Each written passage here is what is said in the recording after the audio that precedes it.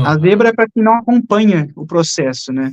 Eu Isso, acreditava, assim, claro, tem a dificuldade, é um tempo muito forte, mas eu sabia o tanto que eu trabalhei, tantos, mais de 10 anos de trabalho, toda a dedicação, tempo que eu fiquei para atingir aquele índice,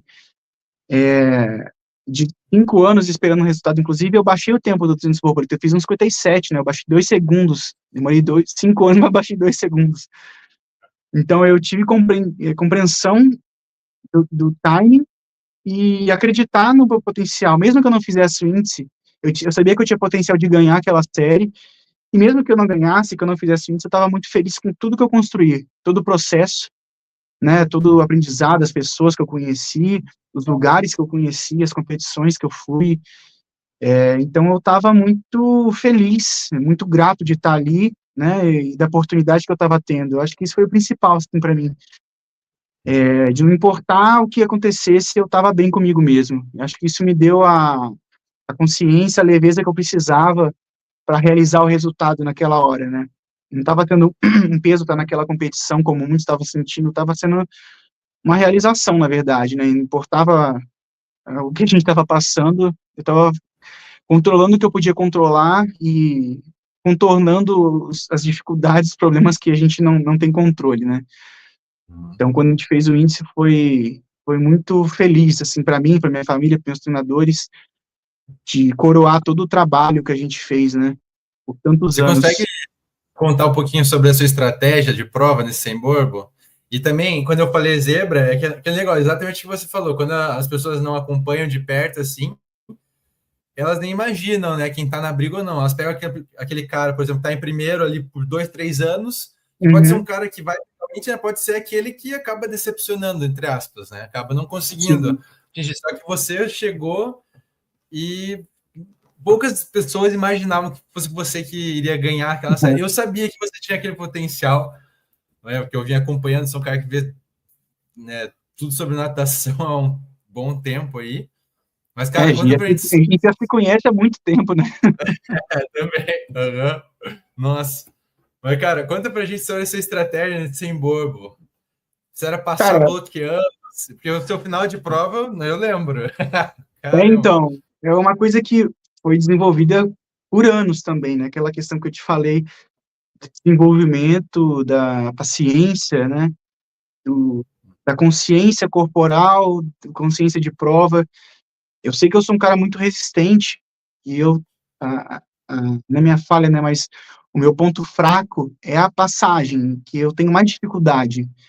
Que na verdade também não é ponto fraco, porque a passagem que eu faço, mesmo passando um pouco atrás, mas é uma passagem que eu faço tranquilo, né, às vezes as pessoas têm que passar junto, eu passo um pouco na frente, mas desgasta muito mais do que eu.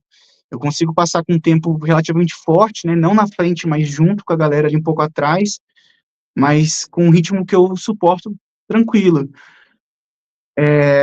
Isso foi desenvolvido com o tempo, né, eu rodava muito, então tem essa carga de resistência um pouco mais alta, eh, a técnica para poder conseguir nadar bem, tranquilo, sem me desgastar, e o que eu sou mais forte é essa que você falou, a volta, né, é a consciência de não desesperar na passagem, eu saber que eu vou passar atrás, não adianta a força que eu fizer, eu não vou conseguir passar na frente, mas eu sei que, eu vou ter energia suficiente, técnico suficiente para poder recuperar no final, né, de fazer uma volta boa.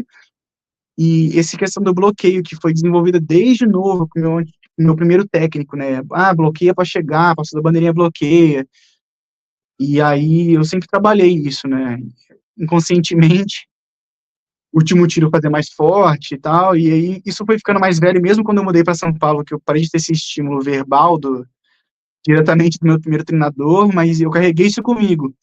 E eu sempre trabalhava isso aos poucos, e quando eu me dei conta, eu já estava bloqueando 15, 17, 18, 20 metros, e isso foi crescendo, né, foi dando realmente diferencial da minha prova. Eu consigo, quando eu paro de respirar, eu consigo transferir isso em força, em velocidade, né, eu tenho essa sobra de energia e consigo transferir, aumentar a minha velocidade. Você lembra como foi a sensação quando você tocou na parede e viu que fez o índice olímpico? Ah, a primeira coisa que quando eu entrei na prova, eu tava assim, pô, eu preciso passar forte, mas eu sei que eu posso passar forte e eu vou aguentar, porque eu tô muito resistente. Eu já tinha nadado 200 borboleta, então eu sentia que, assim, pô, vai dar certo. Eu acho que eu consigo ganhar essa prova. Então, eu acho que eu consigo dar 51. Então, eu caí, vi que eu tava um pouco atrás, mas tranquilo, é a prova que eu sempre fiz, né? Eu já tava, pô, quantos anos fazendo, eu já participo de campeonato absoluto desde o Infantil 2. Então, é bem experiente, já, várias finais de campeonato. Então, eu já conhecia a galera que estava comigo, já sabia meu estilo de prova e das pessoas que estavam comigo. Eu virei, eu vi que eles não estavam muito na minha frente, falei, pô, vai dar para pegar, vambora.